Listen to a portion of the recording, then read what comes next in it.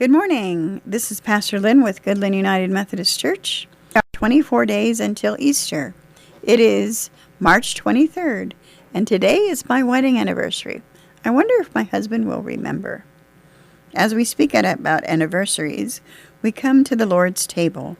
In John 13, one of his disciples whom Jesus loved was reclining close beside Jesus.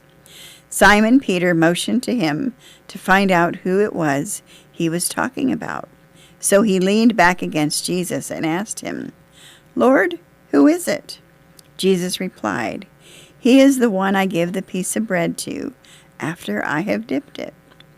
When he had dipped the bread, he gave it to Judas, Simon Iscariot's son. The gauntlet was down. Jesus handed the morsel to Judas. But notice, the scriptures tell us oddly, and it seems incidentally, that Judas's father was Simon Iscariot.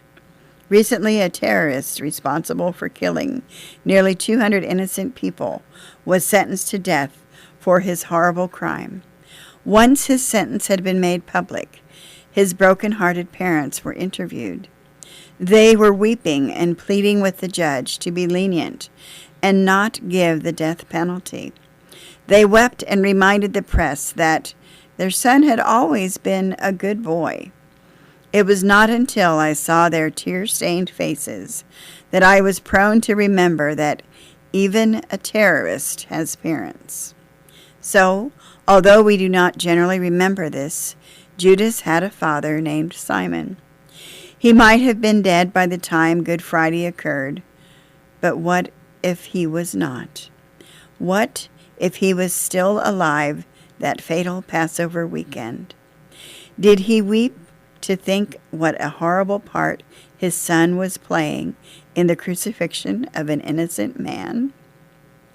Judas complicated his treachery by committing suicide.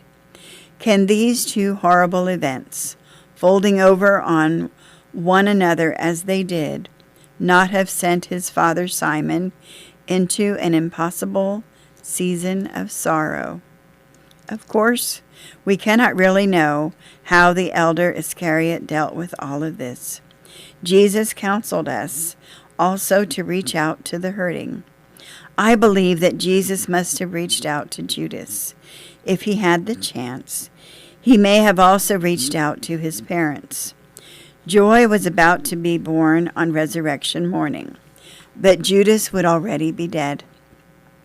He would never taste that Easter joy. The grief of all his friends who would have helped him from time to time to repair life could never find a place to do so.